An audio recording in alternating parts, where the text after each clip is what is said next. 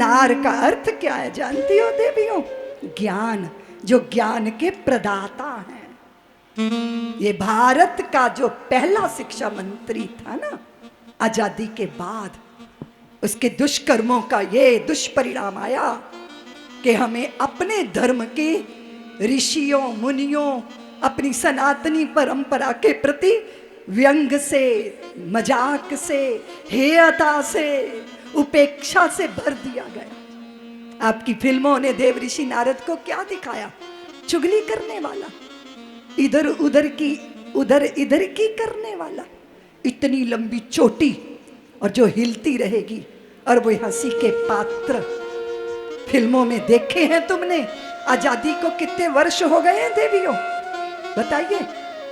इतने सालों में आप ऐसे तैयार कर दिए गए कि आपको अपने धर्म, अपनी ऋषि परंपरा के प्रति चित्त में सम्मान नहीं। फिल्मों में कोई विधर्मी दिखाया जाएगा बहुत मदद करता हुआ, मंदिरों का पुजारी मूर्तियों के पीछे बोतलें छुपा रहा है, या मंदिर के किसी कमरे में किसी स्त्री के साथ बलात्कार कर रहा है। यही देखा है ना आपने, और तालियां बजाई है ना। अपनी ही ऋषि परंपरा पे संदेह से भरा गया आपको। ये मत कहना हिंदुओं कि अब आपके साथ लड़ाई कोई तलवार से, तीर कमानों से लड़ी जा रही है। नहीं नहीं नहीं, ये आपके लिए कोई दुर्योधन, कोई दुशासन आपका चीरहरण करने प्रत्यक्ष नहीं है।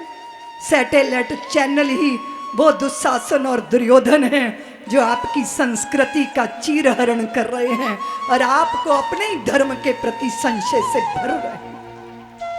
दुष्परिणाम आपका तो, आपने तो वही एक चौपाई पकड़ ली ना कि कौन रप होए हमें का हानि, हानि होती है। ये किसने कहा ये भी तो सुनो। ये वो मूर्खा मंत्री मंथरा के वाक्य हैं, और उसको आपने वेद वाक्य मान लिया, उसको वेद वाक्य मान लिया। राजनीति की उपेक्षा की तो हमने ये दिन देखे।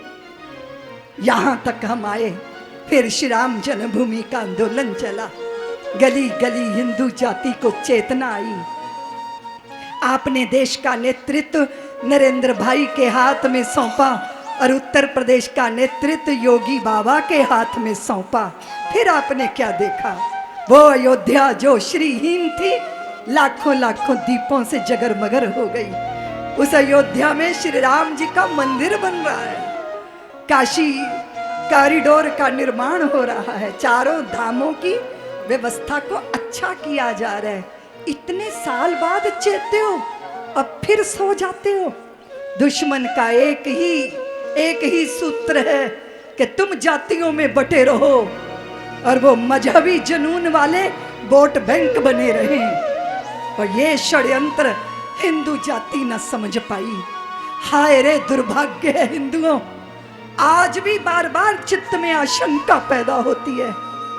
तन समर्पित, मन समर्पित और यह जीवन समर्पित का मंत्र अपने जीवन का मंत्र मानने वाले, उनके पीछे एकजुट तो हो जाओ। तुम्हें अपने बड़प्पन का बहुत ख्याल है, लेकिन जिसको राजनैतिक समझ ना हो, भविष्य की समझ ना हो, अपनी भूमि की रक्षा की समझ ना हो, बताओ मुझे। शहरों में 30 साल से पहले ब्याह नहीं होता हिंदुओं के बच्चों का, और एक आधा बच्चा होगा, एक या दो बस। और जिनके साथ लोहा लगा है, सामना है जिनका, वो लोकतंत्र के टूल बन गए। जनसंख्या का विस्फोट। इसलिए मैं आपसे निवेदन कर रही हूं, इस भूमि में पुण्य कर्म हुए, पर स्वर्ग जाने के लिए हिंदुओं भूल जाओ। तुमने तो जूते भी इसीलिए दान किए कि कहीं स्वर्ग में नंगा पैर ना चलना पड़ जाए, पर अपनी भूमि नरक बन गई। भूल जाओ स्वर्ग को। स्वर्ग जाना बड़ी विशेषता नहीं है देवियों, पर अपनी भूमि पे स्वर्ग उतार लेना ये बहुत बड़ी विशेषता है। इसलिए अपने तीर्थों की जीवंतता को, नदियों के प्रवाह को, भूमि की शस्य श्यामलता को, और अपने आंगन में हवन धूम्र के उस सुरभि सौरभ को सुरक्षित रखने के लिए स्मरण रखो देवियों, आपकी भूमिका है। बंधुओं, परीक्षित समझ गए थे कि स्वर्ग कोई बड़ी बात नहीं है। बड़ी बात है क्या? स्वर्ग बड़ी बात है। अब आप 5 स्टार होटल में जाते हो, वहां जाते ही आपका बटुआ हल्का होना शुरू हो जाता है, हो जाता है ना? बोलो ना। और जैसे ही बटुआ खाली हो जाएगा तैसे ही होटल से धक्का देके बाहर कर दिए जाओगे। No total no hotel. क्षीणे पुण्य मृत्यु लोकम विशंति। पुण्यों के बल पर स्वर्ग पे कब्जा होता है, और जब पुण्य नष्ट हो जाते हैं तो मृत्यु लोक में धक्का देकर।